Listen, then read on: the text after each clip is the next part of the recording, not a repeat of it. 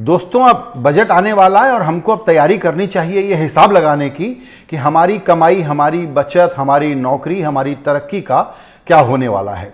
इसके लिए ज़रूरी है कि कुछ पूर्वानुमान हैं और कुछ सिनेरियोज हैं जिनके बारे में जान लिया जाए। अभी 2 दिन पहले आरबीआई ने अपनी फाइनेंशियल स्टेबिलिटी रिपोर्ट जारी की है।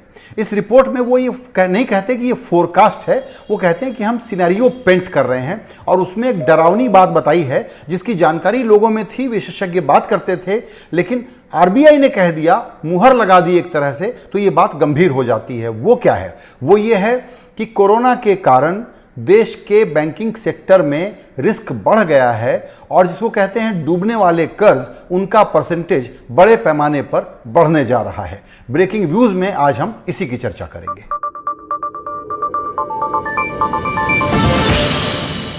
आरबीआई ने कहा है कि जो बेस केस सिनेरियो है उसमें 2020 सितंबर तक जो बैंकिंग सेक्टर का ग्रॉस एनपीए था वो 7.5% था, जो अब बढ़ करके 13.5% तक हो सकता है। और बहुत खराब हालत हुई तो ये करीब 15% हो सकता है। और सरकारी बैंकों की हालत और ज्यादा खराब हो सकती है, उनका एनपीए करीब 17% तक का हो सकता है। 4 सरकारी बैंक तो ऐसे हैं जिनको पूंजी की कमी पड़ जाएगी। जो मिनिमम रिक्वायर्ड पूंजी होती है, मिनिमम एडिक्वेसी रेशियो जो होता है, उससे कम पैसे उन बैंकों के पास हो जाएंगे और ऐसे सरकारी बैंकों की संख्या 9 भी हो सकती है। तो आरबीआई ने यह चेतावनी दी है कि जो कमजोर बैंक हैं वो अपना बंदोबस्त ठीक करें। पूंजी एडिक्वेसी का रखने का प्रोविजन कर देने के बावजूद उनको पूंजी की जरूरत पड़ेगी। ध्यान दीजिएगा कि प्राइवेट जो बैंक हैं उन्होंने पिछले दिनों में काफी कैपिटल रेज कर ली है, तो उनकी हालत कंपैरेटिवली बेटर रहने वाली है। और ये कब है? ये तब है जबकि क्रेडिट ग्रोथ करीब करीब न के बराबर है। इस साल का क्रेडिट ग्रोथ कहते हैं कि 1% से ज्यादा नहीं होगा, यानी कि लोग कर्ज ले नहीं रहे हैं। तो जो फिस्कल स्टिमुलस के साथ मॉनिटरी स्टिमुलस की बात हमने सुनी थी, क्रेडिट गारंटी की बात सुनी थी, उसमें किसी सेक्टर में 40%, किसी सेक्टर में 50% ही लोगों ने उस सुविधा का लाभ लिया है। यानी कि राहत अवेलेबल होने के बावजूद लोग ले नहीं रहे हैं। और सरकारी बैंकों की हालत यह है कि वो रिस्क लेना नहीं चाहते, तो कोई कर्जा वो दे भी नहीं रहे हैं और कर्जा मांगने के लिए कोई आ भी नहीं रहा है। तो ये बातें हमको पता थी कि कोरोना के कारण तकलीफ बहुत है इकोनॉमी में, लेकिन बैंकिंग सेक्टर के कारण फाइनेंशियल स्टेबिलिटी जो है, फाइनेंशियल सिस्टम की जो स्टेबिलिटी है, उसको एक चुनौती आ सकती है। ये एक बड़ी बात आरबीआई ने आगाह की है, समय के पहले आगाह की है और सबको चौकस हो जाने की जरूरत है।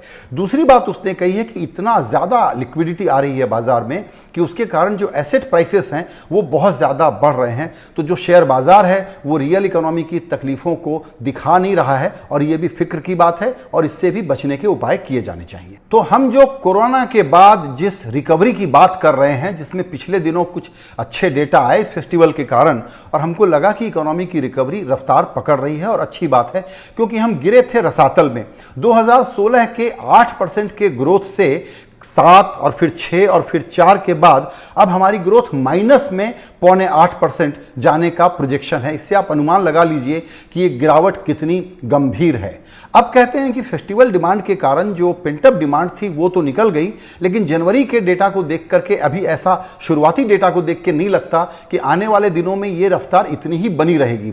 अगर ये रफ्तार कम होती है तो रिकवरी हमारी स्लो हो जाएगी। ऐसे में सबकी नजर बजट पर होगी कि वो सरकार क्या करने जा रही है जिससे ग्रोथ हमारी बनी रहे, क्योंकि अगर ग्रोथ नहीं रहेगी तो आरबीआई की दूसरी चिंता आ जाएगी उसमें। ऐसी परिस्थिति में एसेट प्राइस का ओवर वैल्यू होने के कारण खतरा बनेगा और बाजार में पूरे फाइनेंशियल सिस्टम को रिस्क में जाने का एक बड़ा खतरा पैदा हो जाएगा। दूसरी बात है इन्फ्लेशन, जो अभी अच्छा है कि वो कंट्रोल में है, लेकिन इन्फ्लेशन आगे कंट्रोल में रहेगा इसकी गारंटी नहीं है। तो अभी जो कम ब्याज दरों का रेजीम है, कहीं उस पर आरबीआई रोक न लगा दे और ये ग्रोथ के लिए अच्छी बात नहीं होगी। इसको हम कुछ इस तरह से समझ सकते हैं कि पूरे जिस्म को ठीक से फंक्शन करने के लिए कोलेस्ट्रॉल ना हो जाए, इसका ध्यान रखना पड़ता है। तो बैंकिंग सेक्टर की ये जो बुरी खबरें हैं और आरबीआई की चेतावनी है वो इसी दिशा में है कि इस कोलेस्ट्रॉल का इलाज अभी करना ज़रूरी है और ये काम अब सरकार को फिस्कल कदमों के जरिए करना पड़ेगा। बजट एक मौका होता है जिसमें अगर सरकार बड़ा सोचे और ग्रोथ को रफ्तार देना चाहे तो वो एसेट मोनेटाइजेशन का उसको सोचना चाहिए, एग्रेसिव डिसइन्वेस्टमेंट का उसको सोचना चाहिए, रूटीन तरीका जो होता है टैक्स उठाने का, उससे उसको बचना चाहिए। ये सारी सलाहें आने वाले दिनों में हम सुनेंगे। इन सब चीज़ों में हम कहाँ फिट होते हैं? हमारे लिए समस्या क्या है कि पिछले दिनों हमारे खर्चे कम हुए, वो बचत हुई, उसी बचत का कुछ हिस्सा हमने सोचा और कमाई बढ़ाने के लिए शेयर बाजार में चले गए। अब शेयर बाजार ओवर हीटेड होता जा रहा है, हमको ध्यान रखना पड़ेगा। सोना भी महंगा है, रियल एस्टेट में फिर से पिकअप आ रहा है, वहां पर भी एक तरह से आप कह सकते हैं कि दाम बढ़ने वाले हैं। ऐसे में इन्वेस्टमेंट के एवेन्यू कम ना हो जाएं जो लेट कमर है टू द पार्टी, और कहीं ये पार्टी जो है ये बिगड़ ना जाए। ये सबसे बड़ी चेतावनी दुनिया भर के अर्थशास्त्री दे रहे हैं कि इस वक्त जो इकोनॉमीज में हो रहा है ग्लोबली और इंडिया में, वो अभूतपूर्व है, पहले कभी नहीं हुआ। आगे कैसे वो अनफोल्ड करेगा हमको इसकी पूरी समझ भी इस वक्त नहीं है।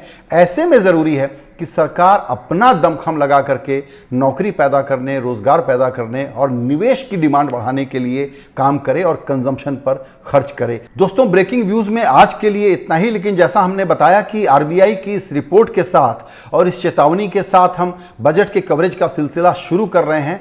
आप हमारे ब्रेकिंग व्यूज में और इसके अलावा हिंदी क्विंट की वेबसाइट पर लगातार अर्थव्यवस्था से और आपकी कमाई से जुड़े हुए आर्टिकल देखेंगे, वीडियो देखेंगे। हमारे साथ जुड़े रहिए, हमको सब्सक्राइब कीजिए, लाइक कीजिए, कमेंट कीजिए।